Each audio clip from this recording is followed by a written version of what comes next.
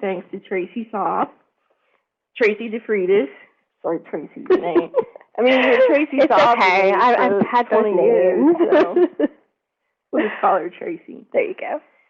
Tracy, our ADA specialist. But before we begin the program, we'll go over a few housekeeping items. First, if any of you experience technical difficulties during the webcast, please call us at 800-526-7234 for voice and hit button 5. Or for TTY, call 877-781-9403. Second, we plan to answer as many of your questions as we can during the presentation, so please send in your questions at any time during the webcast. Now, you can do this by using our question and answer pod located at the bottom of your screen. To use the pod, just type your question and then submit it to the question queue. Tracy has volunteered to go through the questions if there are questions that we don't get to, right? Absolutely. Okay. So also on the bottom of your screen, you'll notice a file share pod that you can use if you have difficulty viewing the slides or would like to download them. You will also find additional information on the slides throughout this presentation, so feel free to go ahead and download those slides. If you have problems, we'll send you them after.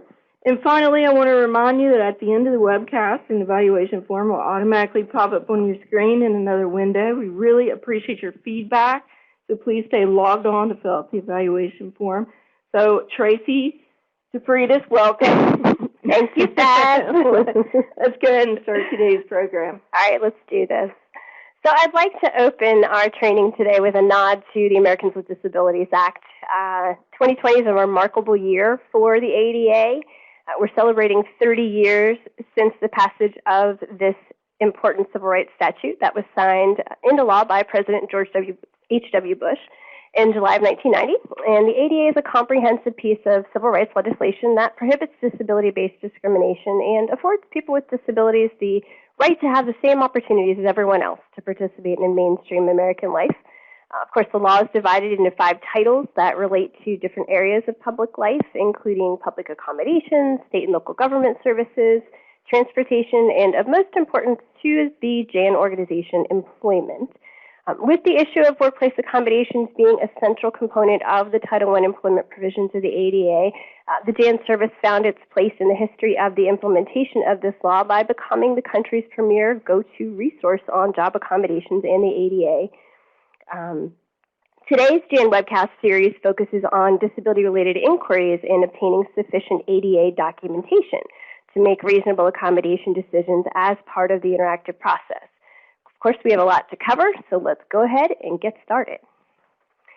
The theme of our training today centers around the Bring Me a Rock concept. You know, that game where someone has an idea of what they need or they want, but maybe they fail to provide the level of specificity needed for anyone to be successful in complying with that person's request. This can happen in the workplace when employers try to gather information to engage in the interactive process to provide reasonable accommodations. Under the ADA, employers may seek reasonable disability-related documentation after receiving a request for accommodation, but there are no standard forms and there is no required procedure for gathering this information. And this can lead to that Bring Me a Rock kind of game because sometimes it's not apparent what disability-related information is needed to comply with the ADA. So to illustrate this further, whether you are an employer seeking ADA documentation, an individual with a disability trying to obtain it, or maybe a healthcare provider trying to provide it, many of you can probably relate to the following situations involving disability-related information in the ADA. So for example, an employer says, bring me a note from your healthcare provider, but doesn't really specify what exact information is needed. Or maybe human resources requests that an employee have their healthcare provider complete generic ADA forms that are given to all employees who request accommodation, but the requests or forms aren't customized to obtain the information that will be useful in the specific situation. An employer says the information provided about the individual's impairment isn't sufficient, but maybe they fail to indicate how to cure this insufficiency. Or maybe documentation states that the employee will need light duty or a flexible schedule or even indefinite leave. And in these cases, light duty is not defined by the healthcare provider, or an anticipated frequency of the need for a flexible schedule isn't shared, or maybe the employer is given no idea when the employee may return to work. All of these kinds of situations lead to that uncertainty and a lack of efficiency in obtaining disability-related information needed for ADA purposes. But today, our goal is to offer you some practical strategies to enable you, whoever you are in the interactive process, to win this Bring Me a Rock kind of game. So let's get to the objective. Employers have no mandate under the ADA to request disability-related information for ADA purposes, but they do have the right to do so under appropriate circumstances.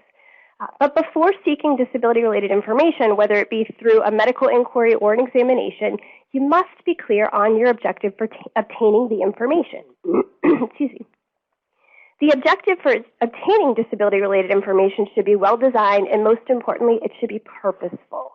Employers usually obtain ADA-related documentation primarily to establish rights and responsibilities under the law on a case-by-case basis. The process of gathering information is generally meant to establish that an individual has an ADA impairment and limitations affecting a major life activity, or to understand what limitations impact the ability to perform functions or meet standards, to support the request for accommodation, or to learn details surrounding an individual's ability to return to work, maybe their fitness for duty, or to analyze whether there's a legitimate safety concern on the basis of a known disability-related issue. As part of the objective for obtaining ADA documentation, you have to know what your rock looks like, so to speak. So are you seeking the pinkish, faintly striped, heart-shaped rock, or maybe the oblong gray speckled 4-inch rock? And you must know what purpose you expect the rock to serve, the documentation in this case, to serve in the interactive process. Next slide.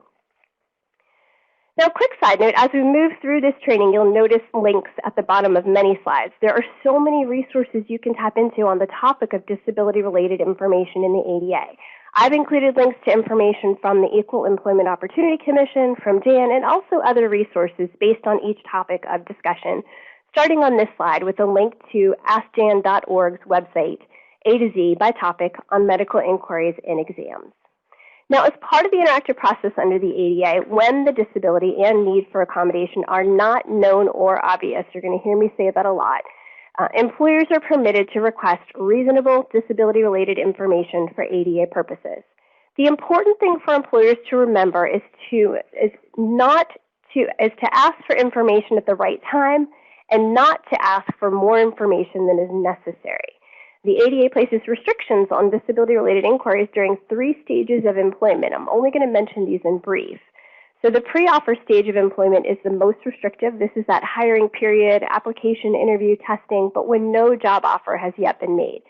Generally, no non-voluntary disability-related inquiries or exams may be asked or required of applicants until after a conditional job offer is made. Next is the post-offer stage, which is the least restrictive. And during post-offer, disability-related inquiries may be asked and exams required if required of all candidates entering into the same job category. After the candidate becomes employed, we're back to a restricted stage. So disability-related inquiries and medical exams of employees must be job-related and consistent with business necessity. Our training today focuses predominantly on the employed stage, where information is requested as part of the interactive process to provide accommodations to employees. So when you're gathering information from a current employee to engage in the interactive process, you have to know that your inquiries are job-related and consistent with business necessity. Next slide. So when will it be true that disability-related inquiries are job-related and consistent with business necessity? Well, when an employer has a reasonable belief that the performance of job functions is or will be impaired by a medical impairment and known limitations, or that there's a direct threat due to a known medical impairment. This reasonable belief has to be based on objective evidence obtained or reasonably available to the employer. It can't just be assumed. Now, usually this standard is met after an accommodation request is received from an employee whose disability and or need for accommodation are not known or obvious. This is typically when an employee will be asked to provide disability-related information from an appropriate professional, usually a healthcare provider. Sometimes positions that affect public safety require annual physical exams or medical inquiries of employees, and this can meet that standard.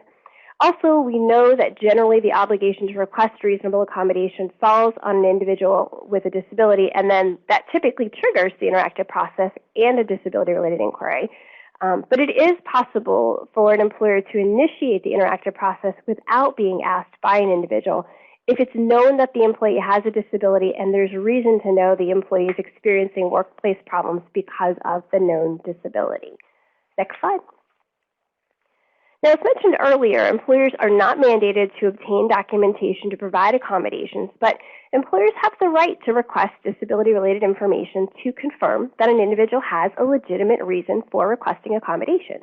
Remember, the main objective for requesting documentation is to establish ADA rights and responsibilities. So when it's determined that documentation is needed, situations can turn into that bring me a rock kind of game due to that lack of specificity for how this process should go under the ADA. Now, what I mean is there's no required process for requesting documentation, no required ADA form or method for obtaining sufficient documentation, and there's no specified time frame for an employee to respond to a request to provide that documentation.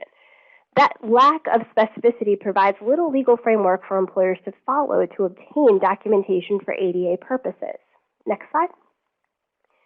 Now, because employers often seek information to establish disability under the ADA, I want to offer you some practical guidance on this specific topic. The ADA Amendments Act provides 3 prongs for establishing the definition of disability to determine who's covered under the law. But we know that making decisions about ADA coverage can kind of seem medical in nature. When you're establishing coverage under the ADA, employers are encouraged to process accommodation requests without placing too much emphasis on determining disability. So basically, don't get too stuck in the process of determining disability for ADA purposes, meaning don't make it hard to decide who has a disability. The definition of disability is to be interpreted broadly, meaning it should require little analysis. So you may only need to know if the individual has or had an impairment that is or was substantially limiting. Yes or no? It doesn't have to get complicated. You don't have to have a lot of information. It can be that simple. Of course, think about what's known about the impairment and limitations, the impact on performing job duties, and the need for accommodation. This information will help determine the next steps in exploring and providing reasonable accommodation. But then you want to turn your focus to analyzing the request for accommodation to decide if a reasonable accommodation can be provided. So in those situations where you're just really not sure where to go with it or how much information is needed, kind of consider this. Next slide. Now, going through the process of gathering disability-related documentation, you want to be prepared to ask purposeful questions. So if you're going to go that route, be prepared. So, for example, what is the nature of the impairment and what are the limitations or restrictions? Or how long is the impairment expected to last and what's the expected duration of those limitations or restrictions? This is important because duration can impact the reasonableness of accommodations. Knowing if the impairment and limitations are permanent or temporary can affect the duration of the accommodations. Also, what is the impact of the impairment or limitations on performing job duties or meeting standards? And will accommodation enable the individual to overcome these work-related barriers? Remember how I mentioned there is no standard ADA form?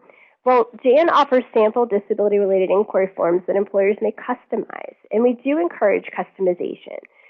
So you can use these forms to ask purposeful questions and obtain the information needed for ADA purposes.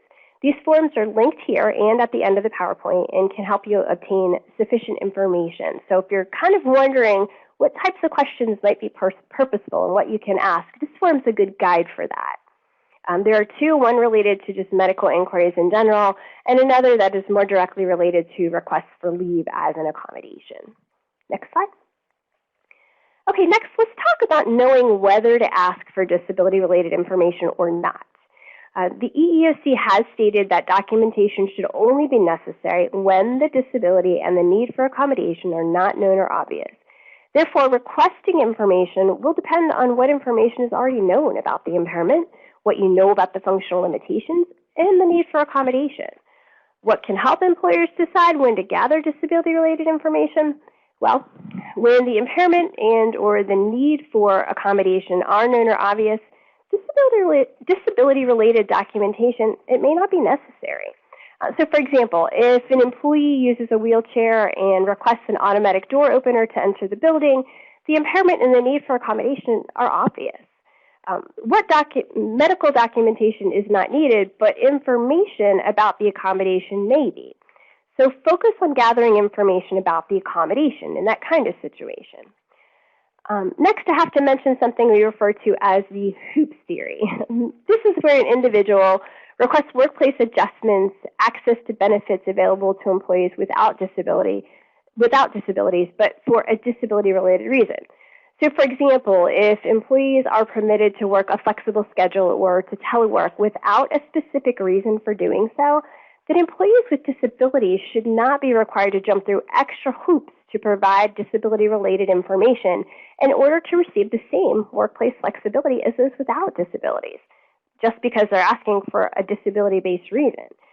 Now, if the individual is requesting access to something that goes beyond the flexibility that's available to all employees for a disability-related reason, then an employer may request documentation to establish ADA rights and responsibilities. So, taking this example a little further, if employees can telework 1 day a week as a general access privilege that they can access, but an individual with a disability requests to telework 3 full days a week for a disability-related reason, then this request may warrant documentation to support the need for accommodation. Next slide. Now, in situations where the individual's impairment and or their need for accommodation is not obvious, employers may request that documentation to verify the existence of an impairment. So let's say someone has a learning disability, a seizure disorder, a mental health impairment, a back injury. These are just examples. Also, if you need to know a little bit about the impairment and how it affects the major life activity in a significant way.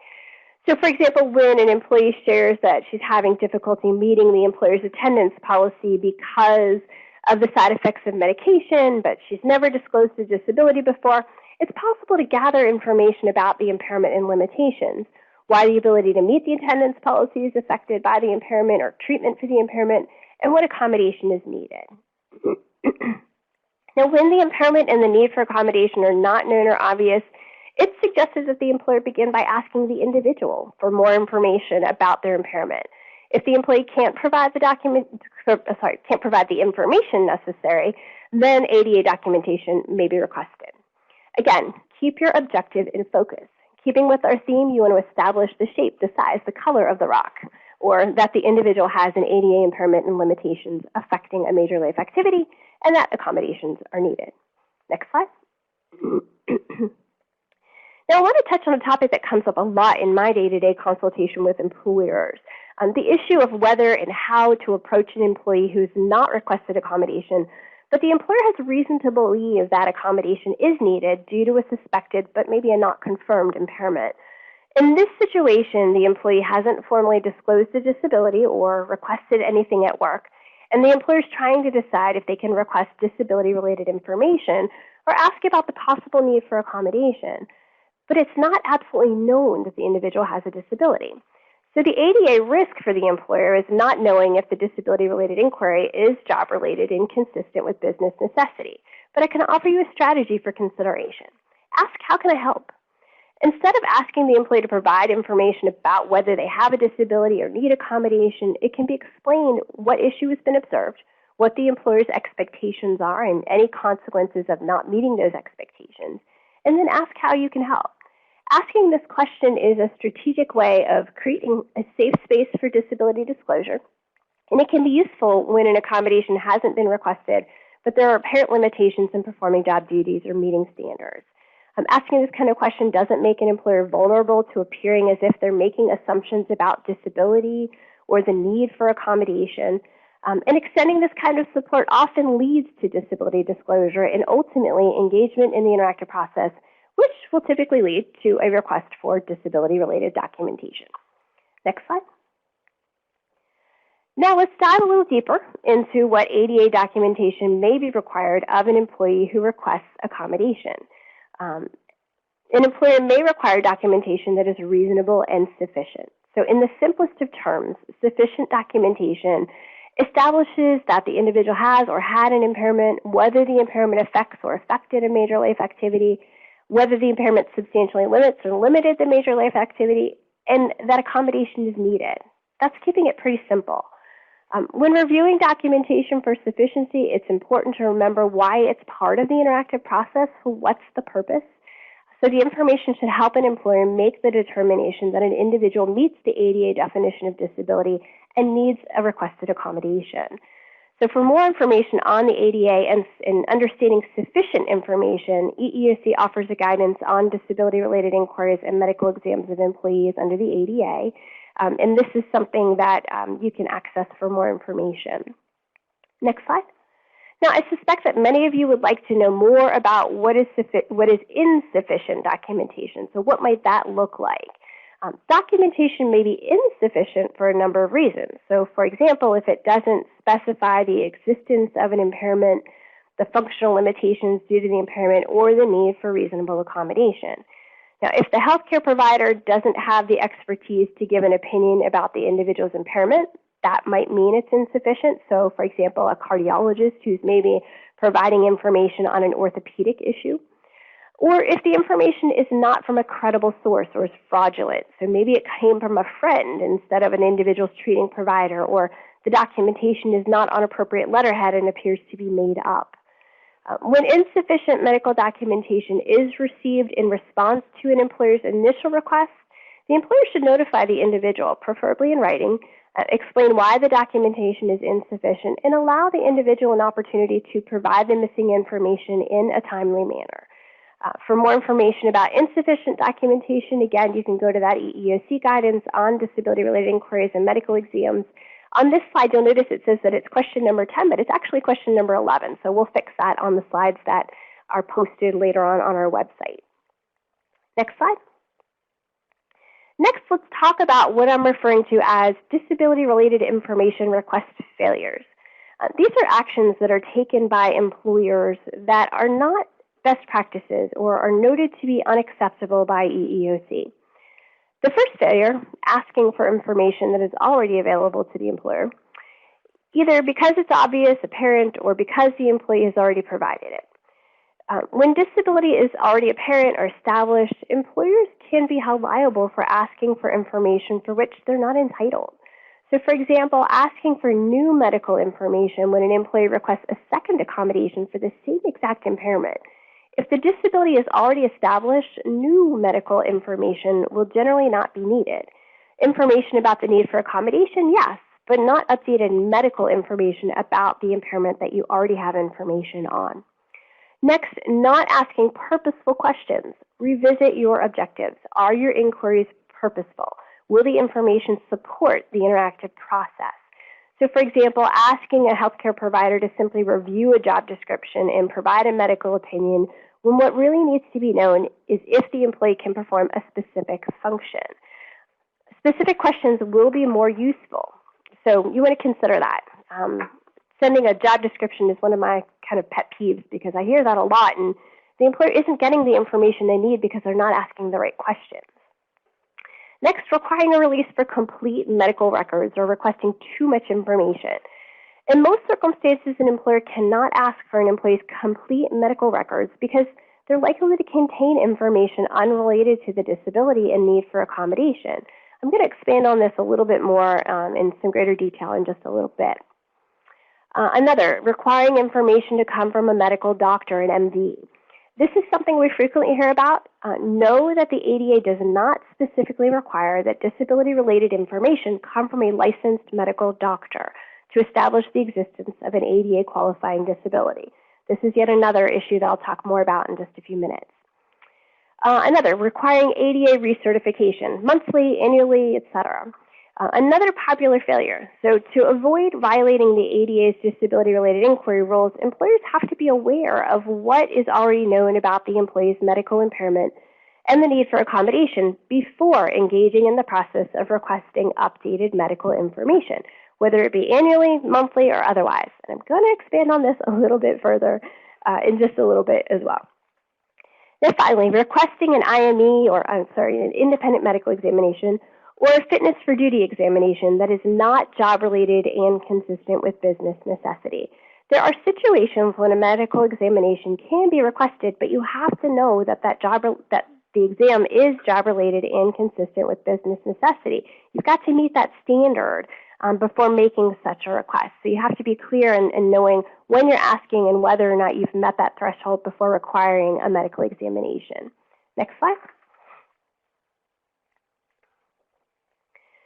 So let's expand on the no MD required issue related to who can provide disability-related information for ADA purposes. The information necessary to determine coverage under the ADA may be provided by an appropriate healthcare or rehabilitation professional who is familiar with the individual's impairment and functional limitations. EEOC actually spells this out. So according to the EEOC, the ADA does not specifically require that the medical information be provided by an MD. But the appropriate professional could be somebody who has expertise in the person's disability that's involved or direct knowledge of the individual with the disability. Medical information, of course, should come from a credible and reliable source. But appropriate professionals can be a variety of individuals. They can provide disability-related information that could speak to the person's impairment and their need for accommodation. Appropriate professionals can include, but are not limited to, a doctor, a physician assistant, nurse practitioner, psychiatrist, psychologist, counselor, even a vocational rehabilitation specialist, a job coach, occupational or physical therapist, a social worker. So you can see there are a lot of individuals who might have the expertise needed to speak to somebody's impairment, their limitations, and their possible need for accommodation. This, of course, is not an exhaustive list. Information can also come from what might be considered a non-traditional healthcare provider, like a chiropractor, for example, or a reflexologist, as long as the provider has expertise in the disability involved. For more information on this topic, you can see the EEOC guidance on reasonable accommodation and undue hardship under the ADA. You can look to question 6 for all of this information. Next slide. Now, when employers seek medical information, sometimes there's a bit of an overreach for too much information. So, for example, when an employer requires an employee to sign a release of complete medical records. And according to EEOC, in most situations under the ADA, an employer cannot request a person's complete medical records. And this is because the records are likely to also contain information unrelated to the disability and the need for accommodation. Employers really should not use a medical release that or a form that constitutes a general release for all medical records. Instead, it's suggested that employers allow the opportunity for an individual to obtain the needed information directly from their healthcare provider. In this case, a separate release will not be necessary. If the employer has to communicate directly with the provider for some clarification on a specific issue, then either the employee may sign the consent provided by their healthcare provider, or the employer may ask the employee to sign a limited release that specifies the information to be requested. Employers may use a customizable ADA form or letter to request specific job-related information from an individual's healthcare provider or appropriate professional. Sometimes we call these ADA paperwork or ADA forms. Again, Jan offers those sample forms to be used for this purpose, but we do encourage the customization of these forms because each request for information will be unique based on what is already known. So you have to be careful. You don't want to use a form that asks the same questions when you already have certain information. So you want to make sure you review those forms. Next slide. Now, moving on to another topic here, the waiting place. So in his beloved book, Oh, the Places You'll Go, Dr. Seuss writes about the waiting place. It's an imaginary place in life where everyone is waiting for something. And in my experience, it seems that employers sometimes feel stuck in this very place when disability-related information is requested and it's either not received or it's insufficient in some way. There are ways to detour this waiting place. So first, when requesting information, be clear about what's needed and why. So you want to establish the impairment and provide reasonable accommodation. You want to ask specific job-related questions about the impairment and limitations, the impact on performing job duties, and the need for accommodation. Again, don't just send a general job description.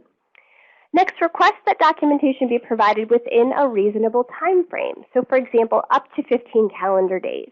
The ADA does not regulate the duration of time employees may take to respond to a request for accommodation. For a request to provide disability-related information.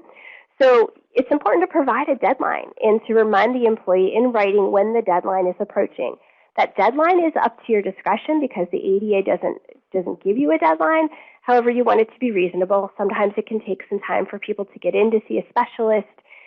So keep a reasonable time frame in mind. We typically suggest up to 15 calendar days because that is consistent with the requirements under the Family and Medical Leave Act. Next slide. Continuing with the waiting place, the employer might issue a notice that explains that sufficient information was not received by the original date. Maybe extend the deadline. Let the employee know what will happen if the information is not provided.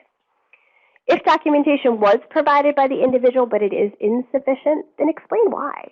What additional information is needed, and allow some time to cure that insufficiency. You may need to seek clarification on information in the documentation, so if it is insufficient and you just kind of want to understand a few things, you want to do that in the most productive and efficient way. So for example, explain what exactly is needed to proceed so the employee can obtain it, and so they can go directly, get that information on their own, or ask for authorization to contact the healthcare provider directly to ask your questions and make sure the healthcare provider has been given authorization to speak with you as well. That can be a little bit more efficient if it's just a simple question that you need clarification on.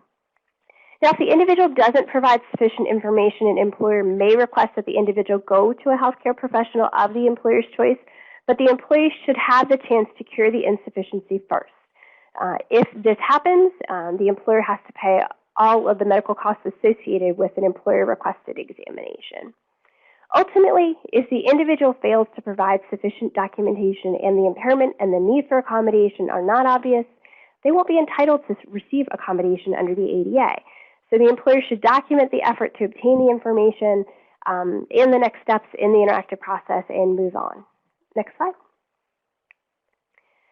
Now, sometimes the perfect circumstances just don't exist for obtaining or providing disability-related information. Unlike the perfect, smooth, round rock on this slide, the process of requesting disability-related information can kind of be imperfect and messy.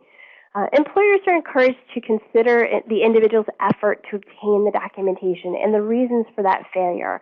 It may be necessary to be flexible, but it's okay to do what's needed to obtain sufficient information to provide accommodations.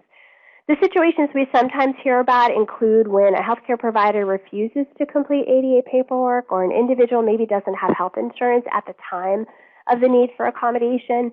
So consider what specifically is known and needed in these situations. Maybe it's possible for the individual to provide a simple note from an appropriate professional, or can obtain medical records and share relevant parts of those records if they can have access to that information. Maybe it's just about getting the information from the individual and working with that information, and not necessarily having documented information from a healthcare provider. There can also be situations where the medical information is dated, or the individual maybe was diagnosed before 18 years of age and doesn't have current information. Certain medical conditions change and limitations may fluctuate over time. Current or relatively recent documentation can be required in some situations, but in the case of, let's say, learning and intellectual disabilities, just for example, these types of impairments are lifelong and they're static. So current documentation shouldn't be needed about the diagnosis if the individual was tested or reevaluated at a young age, usually around 18 or so. So we do have some information on that on our website as well. Next slide. So another topic we hear about is the subject of recertifying the ongoing need for accommodation. So for example, when recertification every 6 months or annually is requested, nothing within the federal ADA places rules around or restrictions on the duration and accommodation is provided. But when reasonable and sufficient medical documentation that establishes an ADA qualifying disability was previously provided by an employee for the purpose of receiving accommodation, an employer won't likely have a reason that is job-related to request new medical information on an annual or periodic basis simply because the employer wants to do this as a practice. Under the ADA, updated medical information can only be requested under certain circumstances. So remember, when it's job-related and consistent with business necessity. Of course, there can be individual circumstances when requesting information about the ongoing need for accommodation may meet this standard on a case-by-case basis, of course. So, for example, when the original medical documentation or the request for accommodation indicates that the employee's impairment and limitations or the need for accommodation may change. So maybe an employee has multiple sclerosis and medical documentation that indicates that the limitations and the need for accommodation could change due to the nature of that impairment. Or when no duration for the need for accommodation was provided in the original medical documentation, that might be a reason to request some updated information. Maybe when the duration for the need for accommodation was provided in the original documentation, but it's nearing expiration and it's apparent or it's known that the accommodation will still be needed. That could be another situation. When there's a change in an employee's medical impairment or limitations, or the employer's ability to accommodate. Sometimes an accommodation might not be reasonable any longer or might pose an undue hardship, and an employer needs to re-engage in the interactive process to figure out what other accommodations could be provided. So there can be reasons why you could do this, but you just want to be careful about simply doing this on an annual basis or a periodic basis just by virtue of the fact that you want to have a practice of doing that. Next slide. So something I would like to hopefully provide some clarity on is the healthcare provider's role in providing disability-related information for ADA purposes. Healthcare providers can play a key role in the success of workplace accommodations by providing sufficient medical documentation in support of a patient's accommodation request, but contrary to what is often believed, it's not a healthcare provider's place to make ADA decisions affecting individuals in the workplace. So employers are to make ADA decisions using information provided by appropriate or healthcare professionals. The role of the healthcare provider is to provide information about the individual's diagnosed impairment or to provide a general statement about the medical condition, to offer information about the major life activity or activities the impairment limits, what limitations are causing the patient's work-related problems and what those problems are. But it's not to prescribe, recommend, or to say that an accommodation is medically necessary or to lock the patient into one specific accommodation. There are no specific requirements regarding what exact information must be provided by a healthcare provider to support an individual's request for accommodation under the ADA, but information shared by a healthcare provider can make the nexus between the individual's impairment and their limitations and how the requested accommodation will address a work-related barrier. Healthcare providers can certainly support an individual's request for a specific type of accommodation by offering insight regarding how it's believed the accommodation may benefit the individual in light of the individual's limitations and work-related barriers. JAN does offer a resource that may be useful to healthcare providers in supporting a patient's request for accommodation. So I'd encourage you to take a look at the practical guidance for medical professionals on providing sufficient medical documentation in support of a patient's accommodation request. So this could be a useful resource for practitioners. Next slide. The next topic, requesting a diagnosis for ADA purposes.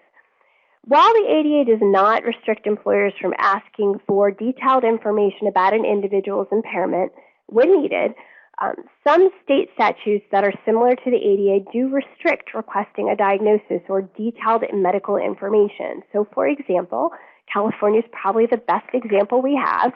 Under the State Fair Employment and Housing Act, or the FEHA, employers may ask for verification that the employee has a disability, but not the diagnosis.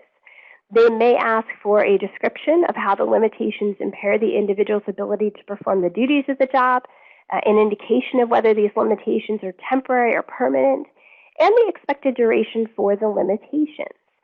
The takeaway here is that if a state law is more restrictive with respect to requesting disability-related information, employers cannot ask for more detailed information under the federal ADA. You'll need to follow the law that provides greater protection for the individual. So to learn if there are restrictions related to obtaining disability-related information in your state, you want to contact the State Fair Employment Practices Agency in the state the employee is employed. So keep that in mind when you start seeking documentation. Next slide. Now, we've already touched on so much information today, and as you can tell, there are many issues to address when it comes to ADA documentation. I've drawn our attention to some of the most relevant topics, but there's so much more we could talk about. What I'd like to do at this point is we're going to finish up the training today by covering some special topics. So these are some topics that have come to mind that you might be interested in. Again, there's so much we could talk about. We can't cover everything in a 1-hour training, but hopefully we've hit a lot of the issues that you have questions about. So let's start with beginning with the interplay of relevant federal laws. So first, the Federal Health Insurance Portability and Accountability Act, or HIPAA.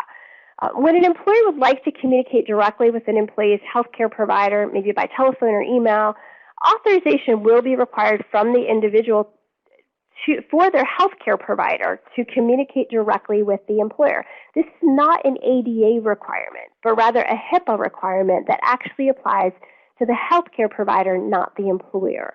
HIPAA doesn't affect an employer's right to request disability-related documentation for ADA purposes, but express consent must be provided to the healthcare provider to directly share information with an employer. We do, lots of times hear people say, well, an individual won't provide the information because of their HIPAA rights. And that's just not exactly how that applies in this situation. Next, the Genetic Information Non-Discrimination Act, or GINA. GINA prohibits employers from requesting or requiring genetic information of an individual or a family member. To comply with this law, employers must ask that the healthcare provider, when they're obtaining documentation, not include any genetic information when responding to a request for medical information. And finally, the Family and Medical Leave Act, FMLA. Employers may require a certification from a healthcare provider to support an employee's need for FMLA leave for their own serious health condition and to care for a covered family member with a serious health condition.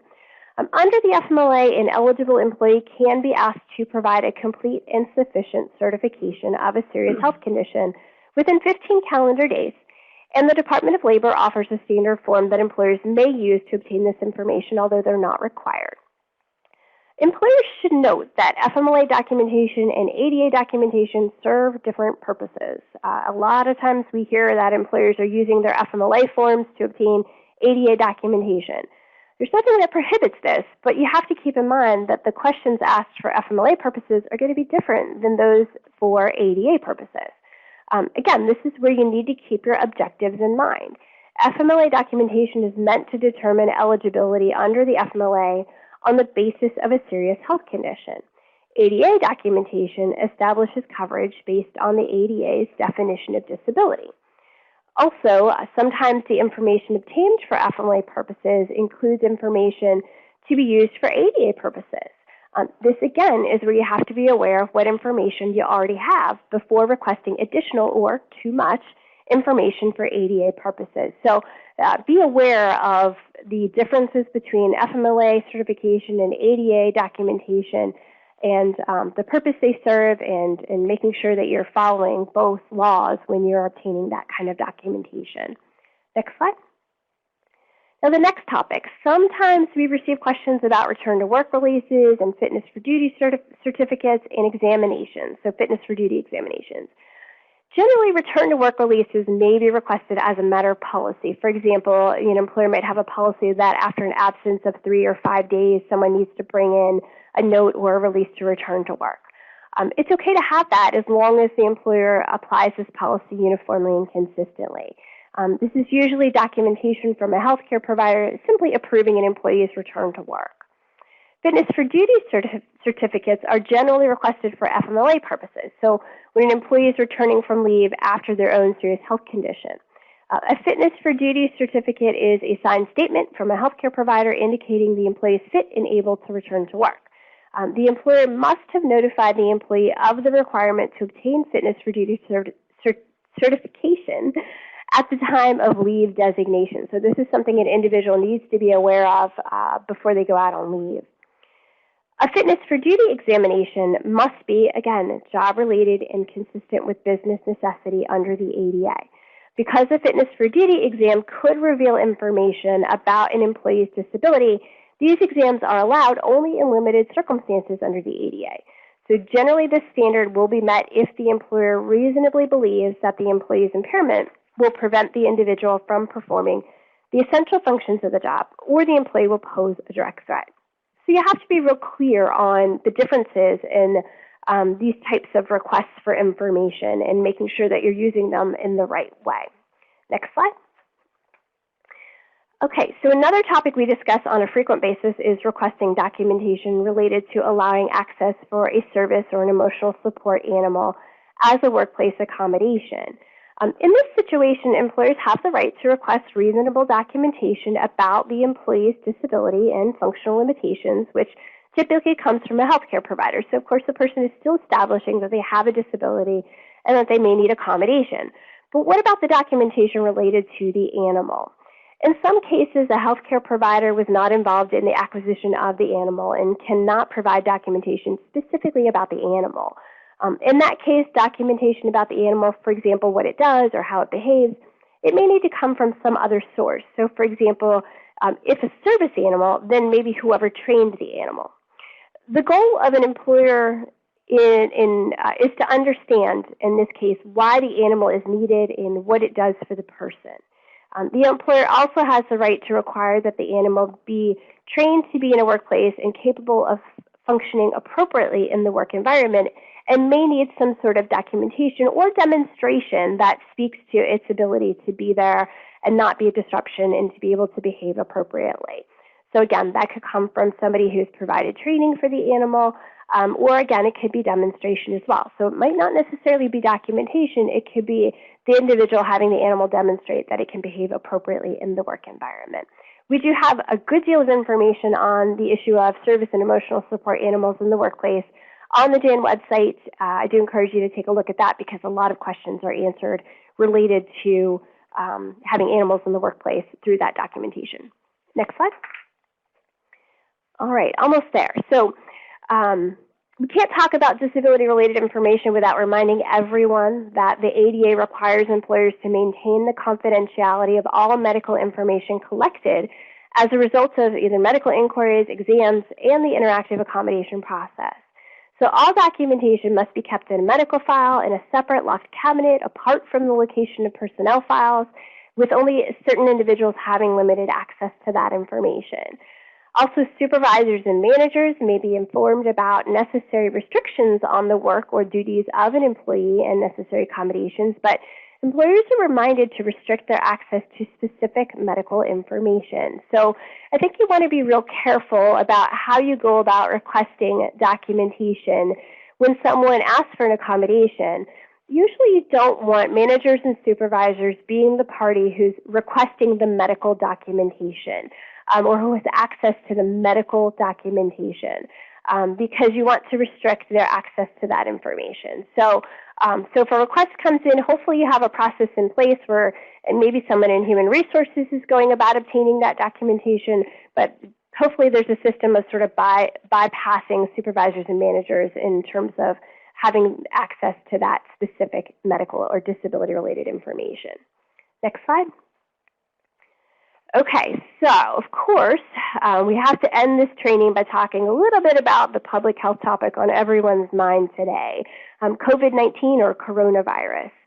Of course, the situation surrounding the coronavirus is developing on a daily basis. Employers should really avoid making decisions based on fear and panic and misinformation and really need to rely instead on the Centers for Disease Control, the CDC, World Health Organization, and other public authorities to guide their actions and reactions. I only have time to hit some high-level issues on this topic today, but we will be offering new information about this on the JAN website very soon in the coming days. It is. Oh, is it ready? Oh, good. Yeah, that's exciting. Okay, so it's available. It's on the A to Z by topic, and you can get to it from the homepage. That is awesome. Okay, cool. So it's there.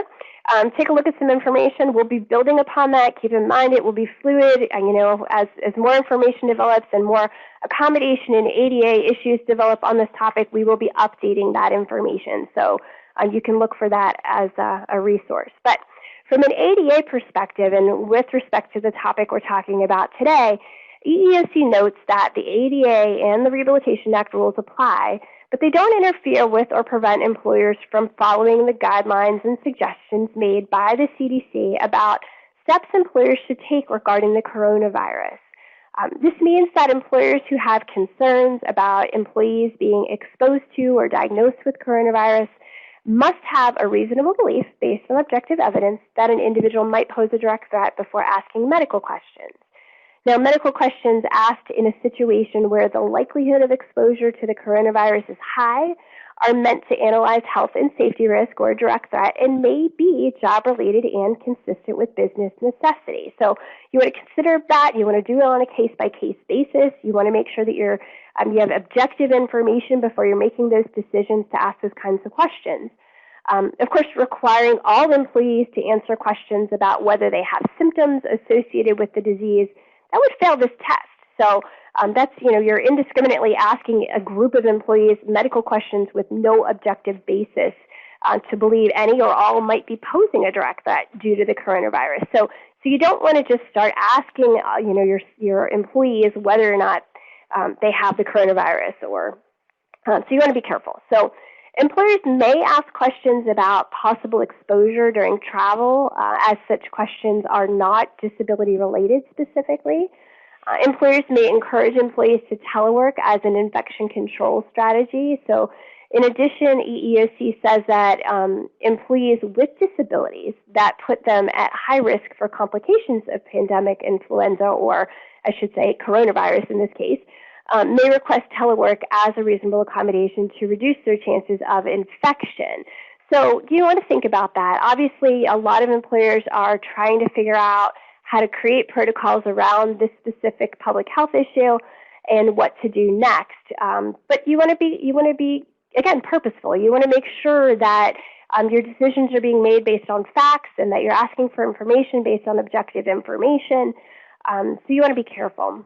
Also, employers may request documentation related to fitness to return to work from employees who have been away from the workplace during a situation where we have flu going on. So while the coronavirus is not at this moment considered a pandemic, the Equal Employment Opportunity Commission does have a resource on pandemic preparedness in the workplace in the ADA, which does offer some useful information for employers who may need a framework for how to approach issues and concerns surrounding the coronavirus. We are starting to get questions about asking medical inquiries, what kinds of accommodations to consider, how to address telework in the workplace when it comes to this issue. So just keep in mind it's a developing issue. It's one that obviously we're going to start receiving a lot of questions about, but we'll be here as a resource for you and can provide information as it develops. Next slide. So that was a lot of information. The takeaway before seeking disability-related information, whether it be through a medical inquiry or an examination, is that you have to be clear on your objective for obtaining the information. So it should be well-designed and, most importantly, purposeful. Again, know what your ROC looks like, be able to provide the level of specificity needed for anyone to be successful in getting the information you need. So know what the purpose is for the information that you're requesting and what you expect to do with the documentation and how it's going to serve the interactive process in some way. So hopefully we've provided you with some tools and information that will help you take a look at your ADA requests for information and documentation in a little bit of a different way. Obviously we are here as a resource. The JN service is here for you as a resource when you have questions on these types of topics. It looks like we do have a little bit of time. I wasn't sure if we'd have a lot of time left. But Beth, you want to throw some questions at me? Sure. Okay, so we have several, but it looks like we can get to a few of them, Tracy. First question. I have an employee requesting a sit-stand desk. The employee's disability isn't obvious. Can I request ADA documentation? This is a pretty common question that we receive at JAN. Of course, when sit-stand desks were becoming very popular and they were cropping up in the workplace, everyone wanted one. So of course, employers started getting requests for these types of things. There are some workplaces that don't just provide that type of equipment, like through an ergonomic program or otherwise, for example, and it may be something that's equipment that's only provided when somebody has maybe a disability-related need for it. If that's the case, yes, if somebody's disability or their impairment and limitations are not obvious and they're asking for equipment that's not available to everyone in the work environment and they need it to perform their job duties, the employer can go about requesting some information or documentation to substantiate that they do, in fact, have an impairment and limitations and need this accommodation. So what I'd encourage you to do is to take a look at whether or not, first of all, is this something that anyone can ask for and be provided in the work environment? And if so, don't make the person jump through extra hoops to get it. If, on the other hand, it is not something that someone can access through your ergonomics program or for comfort-related reasons, then yes, you can certainly go through the interactive process and request some information to make sure you've established ADA rights and responsibilities.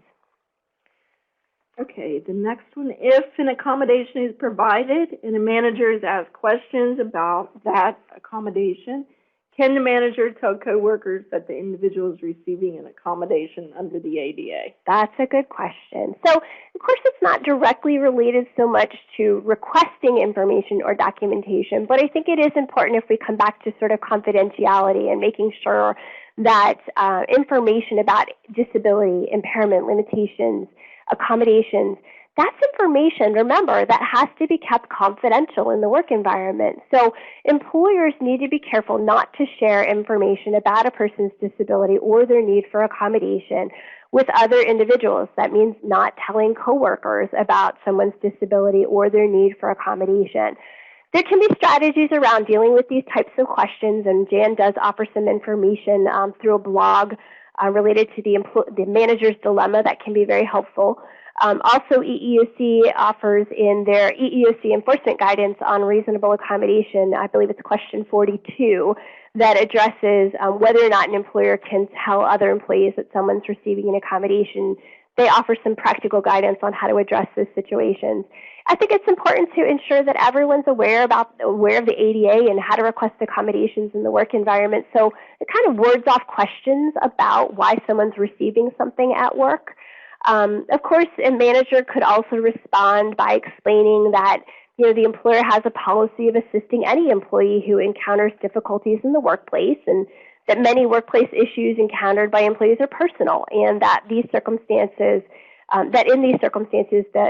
it's the employer's policy to respect that person's privacy and not share information about what's been provided. So maybe not specifically related to documentation requests, but I think it's relevant because we're looking at the confidentiality of information. Great. What else, Beth? Well, it's time to wrap it up. Wow, I was excited. Well, it was an exciting topic today. Thank you for that information, all of your preparation and your work and putting that together for us. Absolutely. So that is all the time we have today. If you need additional information or you want to discuss an accommodation or ADA issue, please feel free to contact us. We thank you for attending, and thank you also to Alternative Communication Services for providing the net captioning. We hope the program was useful. As mentioned earlier, an evaluation form will automatically pop up on your screen in another window as soon as we're finished. We appreciate your feedback, so we hope you'll take a minute to complete the form. That's all for today's webcast.